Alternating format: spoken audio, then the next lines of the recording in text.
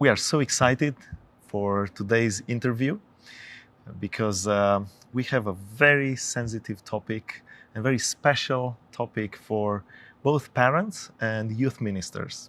My name is Emanuel Tundrea. I come from Romania, and I was really touched, Kristy, by your webinar and then by your talk at European Leadership Forum, both as a parent and as a youth worker, working with young couples, parents. So I'm very excited to follow up with this interview, and I encourage all of you to listen to Kristy's talk. It's recorded on the European Leadership Forum's website because it's really something that we struggle and we need to be equipped to understand the new generation. So today we have Kristy Williams. She has 17 years of experience as a full-time missionary in the context of youth ministry and leadership training. She serves primarily in Ukraine though her love for training leaders takes her to different places across Europe, and with her missionary organization, Josiah Venture. Kristy is passionate about disciple making and teaching the next generation. Together with her husband, Ben, together they lead a team in Ukraine. They grew up in the States at Wheaton, Illinois, and they now live with their 2 kids in Lviv, in Ukraine. Although there is a war there and so many risks, Kristy, we appreciate so much you living there and ministering there, both to youth, as I learned, in the west of Ukraine and also in the east of Ukraine, where the front lines are. Kristy holds a Bachelor of Science in Finance, but then a Master's of Business Administration and an MA in Global Leadership, and just finished a PhD in Organisational Leadership last year. So Kristy, we are very excited to dive into our interview today about the teenage brain and digital wellness.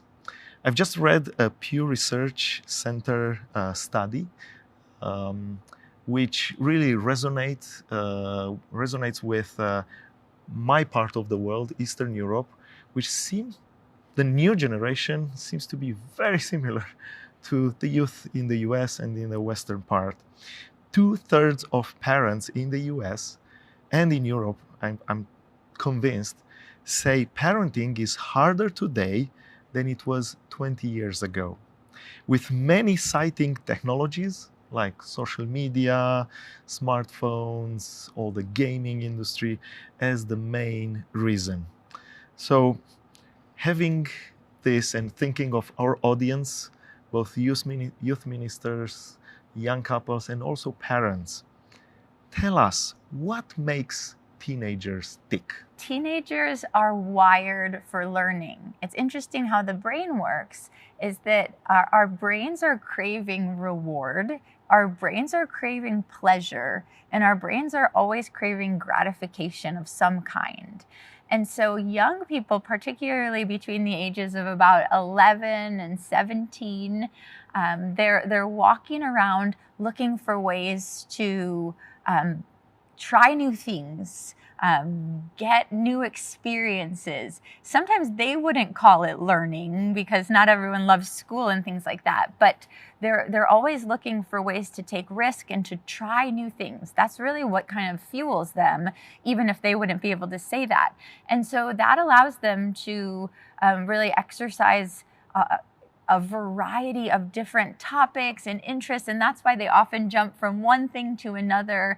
They're interested in having as much new experience as possible. So that's one thing.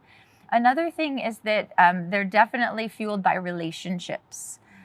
Relationships are everything at that age. They're not as interested in the authority or the opinions of those older than them. They really rely on their peers, and they're looking for communities. Sometimes those would be online communities now, and other times those are in-person communities. And so really trying new things, experimenting, getting out there in the world, exercising their independence, and also developing relationships. Those are two of the main areas that kind of get them going. But now we have this third zone, which is just everything in technology, kind of the digital world. And if you talk to young people, they are passionate about their devices. They're passionate about the apps that they have and the online platforms that they're a part of. And I just recently read a study that says that they will even to the point admit that they're addicted to those things. They're that interested in those things. Then what are some critical cautions we need to heed concerning their brain development? You mentioned the age of adolescence as a critical age. What should we be careful in their brain development during this time? So their brains in the teenage years are ripe for learning, but the brain can't always differentiate what's like good learning and what's bad learning. So they're always vulnerable for taking in new things that may not be good for them. So they have a lot of interest and a lot of abilities to kind of check out new things. They want to risk. They want to get out there in the world. And so the problem is that the way that the brain learns is that there's inputs coming into the brain through our five senses. And then those inputs kind of trigger the brain cells, the neurons. And then from those neurons, it shoots out kind of like branches called synapses. And those synapses go out. And in order for our brains to get connected, those synapses need to connect to other synapses, and they create these pathways. It's pathways for information to ride on. It's pathways for them to build memory and to build knowledge and to build experience. And so if they're learning good things, then those brain pathways, those neural pathways are strengthening. They're strengthening in good things. For example, like if they want to learn Chinese, or if they want to learn to play the violin, or if they want to go to a cooking class, that's really good learning for them. However, if the learning is in the form of a bad habit, for example, something like saying swear words or curse words, or wanting to experiment with drugs or with alcohol, particularly at this young and vulnerable age, the brain is hungry for all of those things. And there's a place in the center of our brains called kind of the pleasure center. That's where dopamine is released that gives off a pleasure that the brain really likes. And at a young age, at all ages, our brains crave dopamine release. However, at this young age, they're really vulnerable. So things where they can get addicted very quickly, and that can be a real problem because they're taking in these inputs, and there are certain substances and there's certain behaviors that release more dopamine than others. And so right now we're seeing, of course, substances such as drugs, alcohol, nicotine, but now it's also online gambling, or sometimes with video games, with online social media platforms, pornography. Those things cause the brain to get addicted very quickly, and the brain has a very strong memory, and it wants more of that, and it keeps telling the person, give me more, I need more. And so they're really vulnerable to addiction at this young age. So we have to be careful what kind of inputs we're giving them. That's so instructive because we as parents have so many more things to discern for them. In your talk, you mentioned ineffective and effective learning, asserting that teenagers struggle to discern between the two.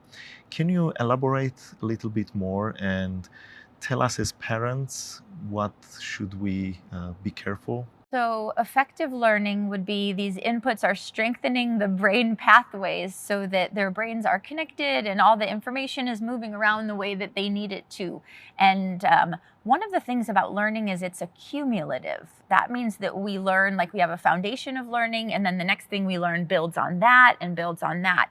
And it makes our brains stronger when we repeat things. And so if we're repeating good things, that makes the brain stronger. If we're repeating bad things, it's making the brain stronger also. The brain can't really differentiate between good and bad learning. And so that is a problem. And another problem for young people is that some of their like adult and or executive functions aren't fully developed in the front of their brain. Brain development happens over the course of up until about the age of 25. And so young people are definitely vulnerable in terms of ineffective learning. They get really distracted really easily. You notice that with your own kids, right? So they're trying to multitask. They're listening to music, watching YouTube, trying to read a novel and do math homework all at the same time. And you see that there's something not very effective about how that's going to work out. And the problem is that I think they would like to be more organized. They would like to do a better job of planning their calendar or prioritizing their time or getting rid of distractions. But the problem is that their brains just aren't wired very strongly in those places. They haven't gotten those habits down to really practice certain disciplines and certain things that we need as adults to be fully functioning adults. So they really need us as adults in their lives to go alongside them. Now, this doesn't mean that I do the homework for my kids. This doesn't mean that you fill out the college application in place of your children, but it means that we sit down with them and we make a plan, because they're really, they get really distracted and they get really stressed out. They actually carry stress up to 33 times heavier than adults do. The chemicals in their bodies, in our bodies, that fight against stress and calm us down, it doesn't have the same effect in going through puberty. So they don't have those chemicals to calm them down. So they need us to help them really with a lot of basic functions. Like, for example, you enter into an adolescent's room and you see a really messy desk.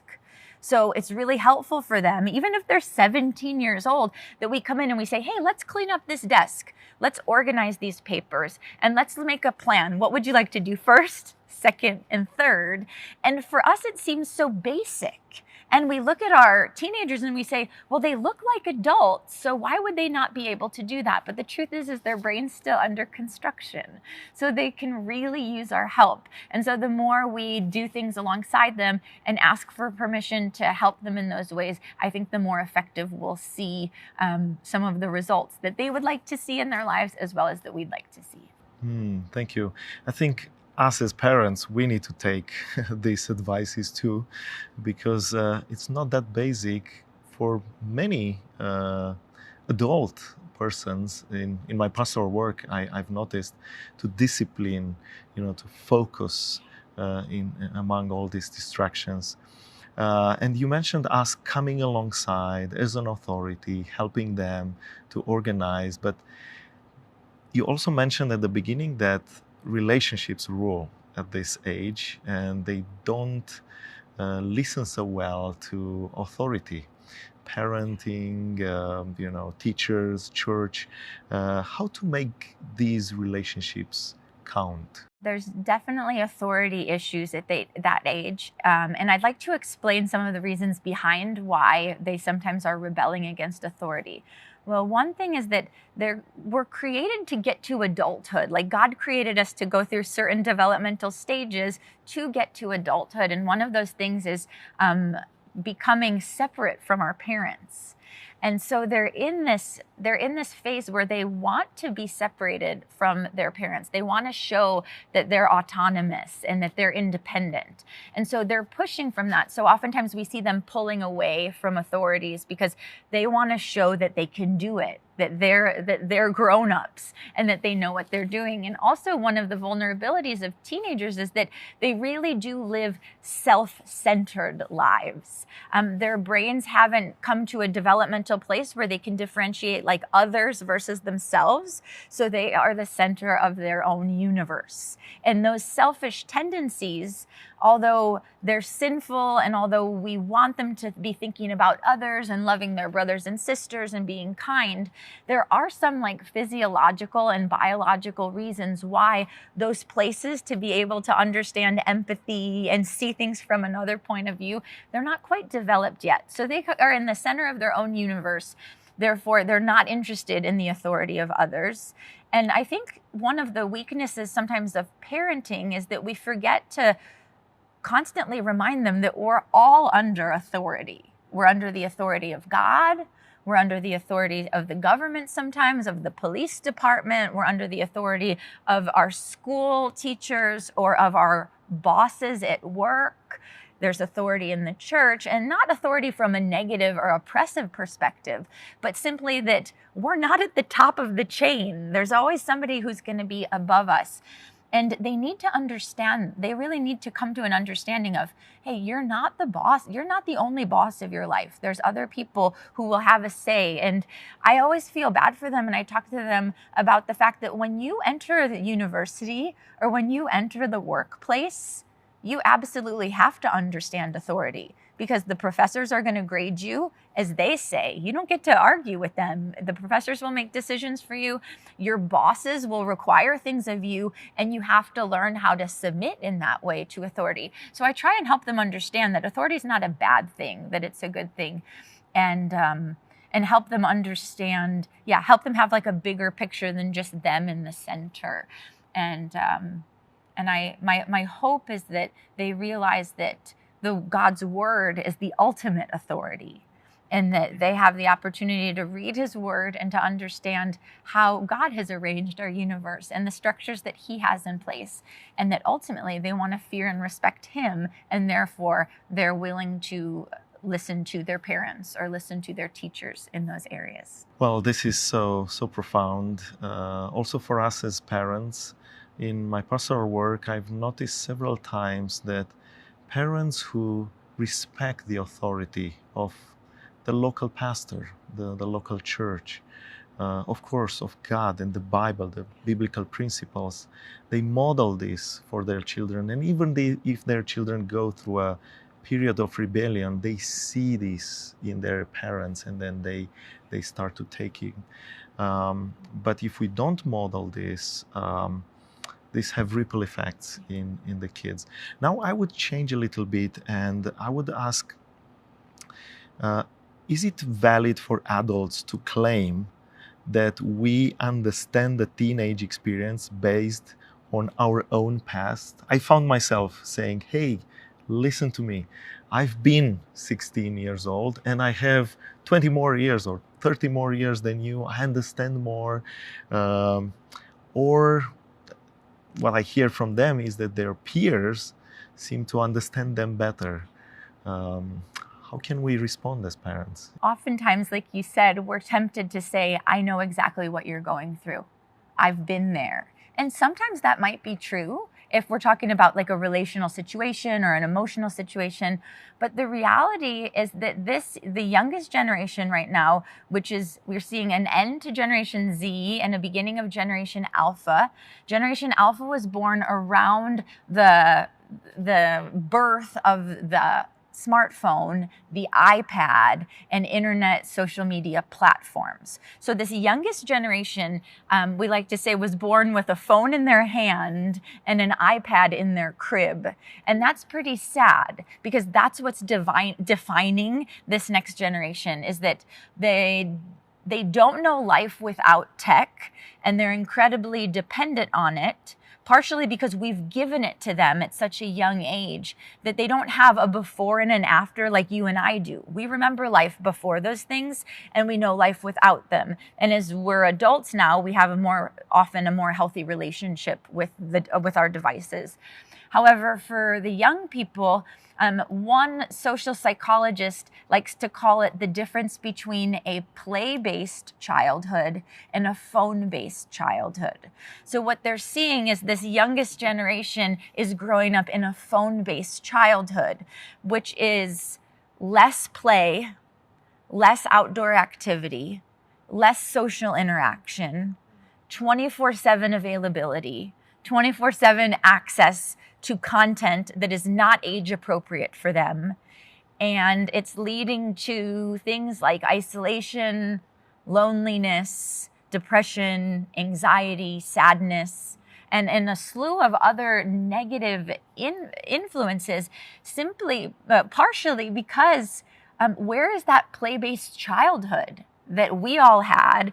And the author said it's been 4,000 years of play-based childhood that's suddenly now taken over by a phone-based childhood, just over the last, how many is that? Less than 2 decades, just a handful of years. And so as we think about trying to relate to them, we grew up in a play-based childhood and they're not. So we do have to be careful with that. And the other thing I'd like to stress is about the 24/7 availability and how they're connected around the clock. That means that for you and I, if we had a bad day at school, we could go home and escape from those negative influences. Those kids at school, those mean teachers, that hard stuff, it didn't all follow us home. But for these kids who are online on social media platforms, all their classmates are there, all of their mistakes are captured there, all of their photographs are there. And it becomes a lot harder to separate your life from your online being, from your online existence. And so if the phone is used for good things, and if the phone has good relationships, that's fine. Let those things go home with you. But if it's a source of bullying, of comparison, of like perfectionism, trying to achieve a standard or a skill that you may never achieve, those things they just always put them down. And so they don't feel very confident about themselves. They don't feel as good about life simply because they're looking at everyone else's lives all the time and it's influencing them because it's always right here. Thank you, Kristy. This is eye-opening. I haven't thought about these two factors, which really makes the childhood of my kids very different than mine. And Pew Research Center also mentioned that this generation, the Gen Z, is the most anxious generation of all times. What factors contribute to the heightened prevalence of stress and depression among today's teenagers? There's a lot of different factors that could cause stress and that can cause anxiety. We're also seeing like depression factors. We're seeing suicide and self-harm, and oftentimes those negative reactions come from some kind of pain that young people have. So the pain could be from, let's say, childhood trauma or from some kind of ongoing trauma, stress in a relationship, whether it's a stress at home or whether it's a stress at school. There's oftentimes an underlying negative situation that's influencing them. But now also we know that one of the aspects of being able to have connection all the time, 24/7 connection, it's creating this kind of syndrome, which we've all heard of, which is FOMO, fear of missing out. And we know that that's when you have an idea that something's going on and you're not a part of it, and you would like to see what's happening, or you'd like to be invited into that, for example. Well, with the fact that these young people can see into the lives of everyone around them all the time, they carry around with them a sense that they're always missing out on something. And they can see places, they can see into things that never before you could see into. And this worries them. It especially worries them and gives them these feelings of anxiety when they're without their phone. So it's actually like a coping mechanism, and it's a soother of the fact that, well, at least I have my phone with me so I can see what's happening, so I know what I'm missing out on. It makes them feel bad about themselves, but they feel kind of good at the same time because they can see. So if you say, I'd like to take your phone away for a digital Sabbath for 24 hours, that taking away the phone initially does create an anxiety because they are missing out. They're especially not in the chats that are happening, because chats are really tempting, because any type of chat platform, they're connected to their classmates and to their friends all the time. So you know how it is. You take a pause on your devices and you come back 24 hours later, and all of those conversations have been going on, and they've been going on without you, and that stresses them out. Now, the good news is that they can learn how to be without their phone. This idea of digital Sabbath, of saying, listen, as a family, we're going to take 24 hours without our devices, all of us. Or we'll take 12 hours without it, and then we'll check our phones for 30 minutes. We'll all check in and see what we missed. And then we'll also put them away again for another 12 hours. So there's creative ways to start building in healthy things around the relationship that you have with your devices. But we do want to recognize and have empathy and compassion for the fact that it worries them because they're so socially connected to their peers that even just a few hours without that, they're really sad. Oh, Kristy, I must confess that even during our interview, I remembered that I need to answer something on my WhatsApp. So it really speaks to my heart. What are some signs of smartphone addiction, both for the teenagers and for us? One of the definitions of addiction is that if I don't have this thing or do this thing, I feel irritated, anxious, and not whole. So when we think about like an alcoholic, if he doesn't have his whiskey, he isn't himself anymore. And so that the kind of like that combination of like, I have to have this phone because if I don't, I feel bad about myself. Now that's a sign of addiction. Another sign of addiction could be the amount of hours that we're spending either on the device or just checking the device. I read a statistic recently that said that the average person checks their smartphone 85 times in 1 hour. My friends, that's more than once a minute. And if you have your phone down, it's a constant, you're grabbing it, putting it down, grabbing it, putting it down. That kind of physical action, that is a sign of addiction. We're seeing impulsivity, where you're clicking all the time, and we're seeing just a craving that it has to be nearby. And so those are signs of addiction. One last question. Let us know some practical tips to have a healthy relationship to technology. Technology comes with some benefits and some challenges. Some practical tips for us as parents. And some of these tips might seem pretty basic, but I promise that they work. I'm working on them with my own family right now. So tip number 1 could be turn off notifications on your phone, because that visual image that comes across your screen, it distracts you and it takes your attention off of what you were doing. We know that as adults, it's the same for them.